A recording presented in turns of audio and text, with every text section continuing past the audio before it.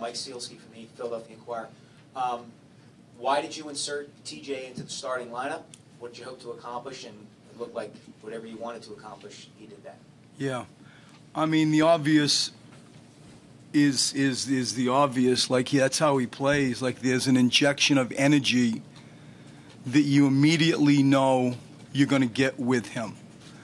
And, you know, you heard me talk for the previous 48 hours of making sure that our spirit didn't take a hit.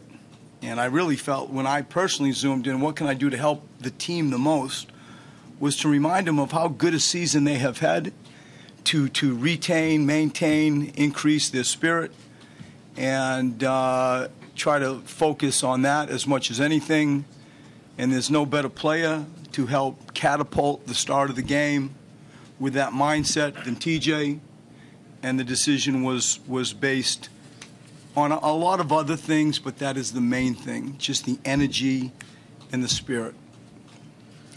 Kai Corman, 1400 WOMD. Brett, what is it about TJ that, like, he just continues to come out and fight and just give a spark to the team? What gives him that spark? I mean, he's got sort of unusual characteristics that you wouldn't think like would be as successful in an NBA playoff game. And all of them, you know, equal sort of a tenacity, a heart, a commitment, a competitiveness. For sure, there's stuff off live balls and his breakaway type of speed. There's a tenacity with his defense. You know, I put him on Rozier. We ended up having to put him on Tatum. You know, then there's that team thing. And so, you know, he's like a throwback type of player, that he just is a tremendous teammate, an incredible competitor, and, you know, the human side of all of us, where you see somebody like that do well, I think sure comes out in each of us. Coach, center left back row, Michael Luongo, Associated Press Radio.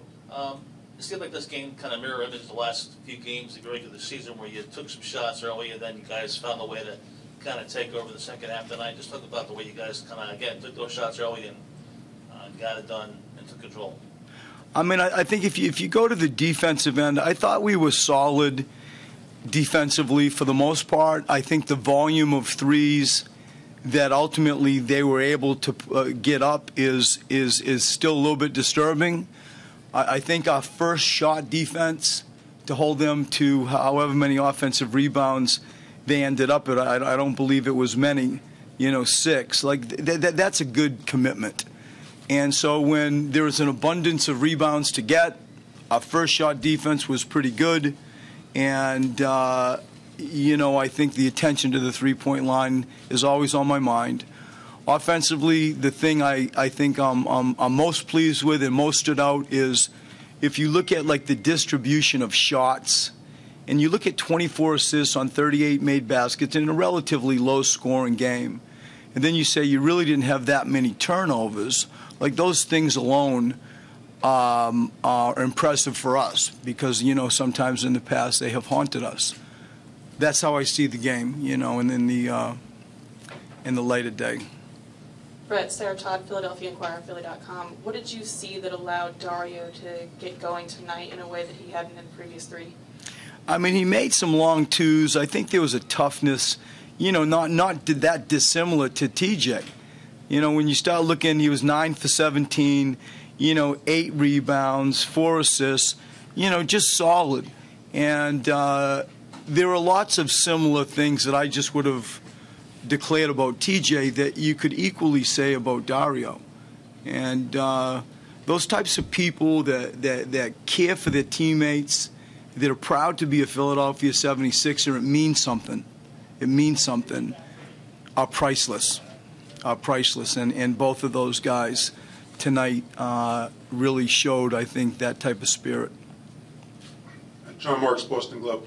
Were you a little more eager to go inside and not necessarily keep taking threes and just try to work more in the paint and get, whether it's Ben or Joel, or not as much go for the threes? Yes, we were. We hoped that would equal a 3, though. You know, maybe if you went inside, you could like collapse their defense and you know, more 3s could be generated. They're an elite defensive team, and you know, positionally, they are an A+ to me, and they are versatile in a way that we haven't experienced this year. We feel every bit of every offensive possession where you're wondering how are you going to score, really. And, you know, Joel at times ends up the most obvious answer, but, you know, Baines and Al especially have done a great job. And so we try to, you know, go inside as much to generate some 3s as you would to just simply go inside. Brett, Martin Frank, Delaware News Journal, over here. Right here. I know you talked about why you decided to start TJ, but when did you decide to start him, and when did you tell him?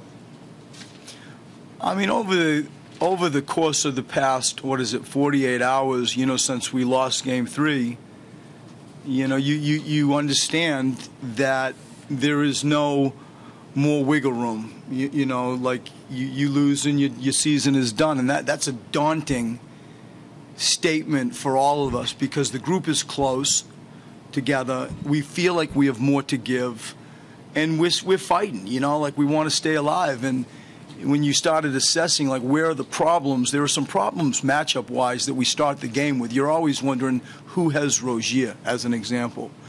And I think that Brad and the Celtics do a good job of finding a mismatch and punishing that. So it was born out of a defensive thing as much as anything. Certainly a spirit thing, as I have said, but the decision would have happened probably 24 hours, I'd say, after we lost Game 3.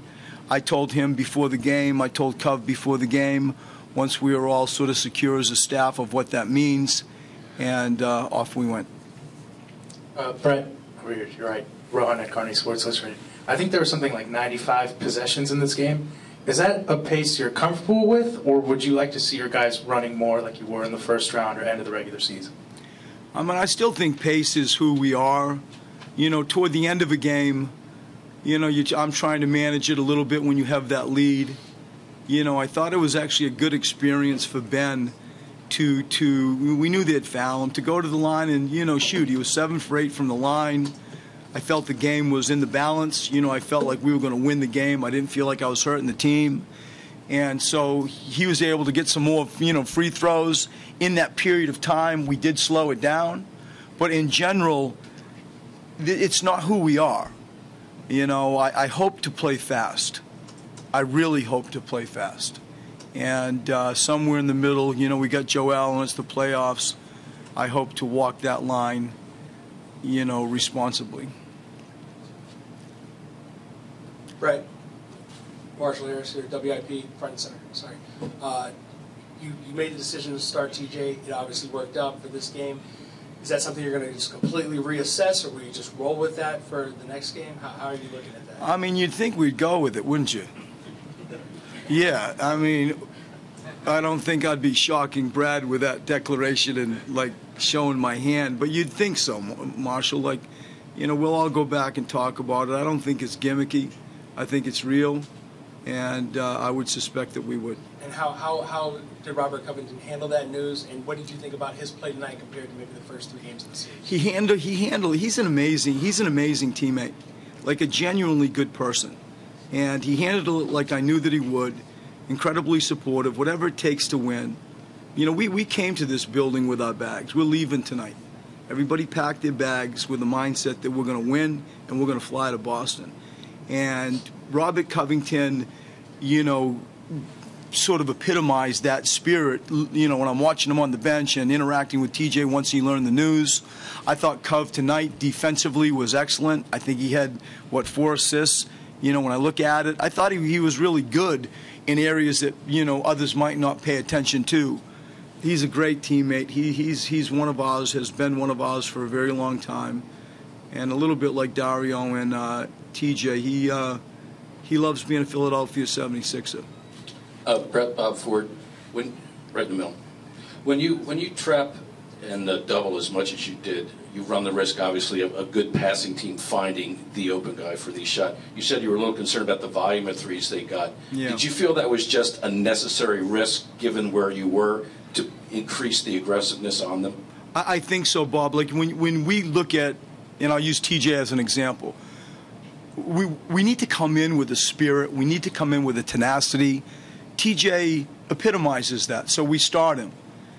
To declare that to a team and you're fighting for your life, to then be able to put him in an environment that lets him do it, makes more sense to me as a coach. You can't do it a lot, but to put him in an aggressive mindset, in an aggressive defensive format, and deliver the message that I have just said, it equals something. And the risk-reward of them, splitting a trap or passing out of a trap and playing effectively 4-on-3 behind that, there is some truth to what you said, but we felt like it tilted more on the risk that we had to take to get the reward we got. And, that was the decision behind doing that. Covington's been down for much of this series on both ends of the court. How important is it to get him back up, and how do you go about doing that? He is, Derek, and he has been, down. I think he's been steady defensively, but your point, him being a little bit down offensively, is true. I feel like the game, sort of finds him as opposed to like him finding the game. I don't really. If you see me walking around on the sidelines with my call sheets, it's not like I have one play for Robert. And I really don't go out of my way to call a play for Robert. He's the recipient of a lot of other action, and I think just the notion that isn't what really we need. We need you to guard. We need you to run your lane. I feel like when Ben Simmons, and look at Ben's defensive rebounding numbers, that's our fast break. It's the hardest fast break, I think, to guard, somebody that can rebound and take off. And, I hope in that environment, if Ben can duplicate 12 defensive rebounds, Cove filling a lane is one example that I hope to find him in early offense in. When it becomes a half-court game, it's clear that they're playing his stomach. It's clear they're trying to bend him over. It's clear they're trying to force him to be a dribbler. And they're good, and they're athletic. And so somewhere with all that, I think I can help him if we focus especially on early offensive stuff. Thanks, Brett.